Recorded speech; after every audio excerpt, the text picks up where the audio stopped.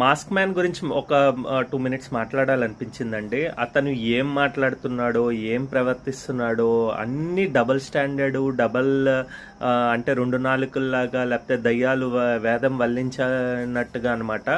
ఏంటంటే అమ్మాయిల గురించి ప్రియాతో మాట్లాడేటప్పుడేమో మీరు గ్రేటు, అమ్మాయిలు గ్రేట్ ఇది అది అన్నవాళ్ళు. ప్రోమోలో చూస్తే గనక నేను ఇప్పుడు అమ్మాయిలతో మాట్లాడుతున్నా అంటే అక్కడేంటి అమ్మాయిలు డీగ్రేడ్ చేసినట్టు, అంటే ఏదో తక్కువ ఎక్కువలాగా మాట్లాడుతున్నాడు.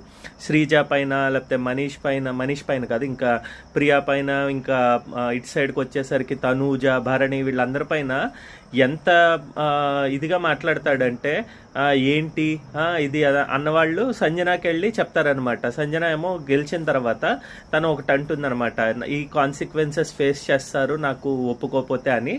అది జస్ట్ ఫన్ అవనివ్వండి, లేకపోతే ఏదో తనకి కెప్టెన్సీ వచ్చింది కాబట్టి తను మాట్లాడారు. బట్ అది చూసి ఈయన అంటాడనమాట, మీరు అలా అనకండి, హార్ష్గా ఉందని ఈయన చెప్పడం. అసలు ఈయన ఎంత హార్ష్గా ఏంటి నువ్వు మాట్లాడాలి, ఇది నీ బిహేవియర్ బాగాలేదు ఇవన్నీ అనొచ్చు, కానీ ఆమె అది ఒక్క మాటని ఏదో కావాలని అనమాట.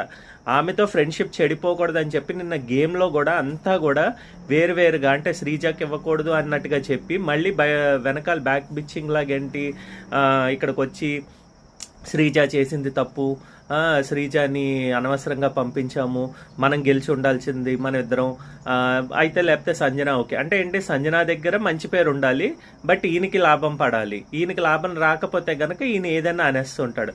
అంటే మనీష్ ఏమో తప్పు చేశాడు, సరిగ్గా సంచాలకుగా చేయలేదు, ఇంకా బాగా చేసి ఉండాల్సింది, మనకి ఫేవర్గా అన్నట్టుగా మాట్లాడతాడనమాట. అంటే ఒక్క స్టాండర్డ్ పైన లేదండి, అన్నీ అటు ఇటు ఇటు అటు మార్చి చేస్తున్నాడు.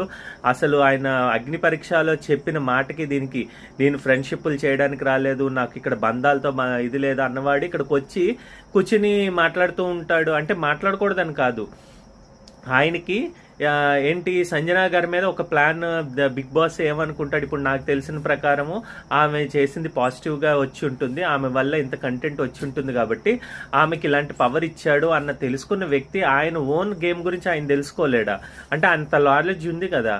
సో అందు గురించి ఇదంతా కూడా గేమ్ ప్లాన్ కింద ఎవరినైనా ఎక్కడైనా తొక్కేద్దాము, టార్గెట్ చేసేద్దాము అని చెప్పి నైస్ స్కెచ్ కాదండి ఇది.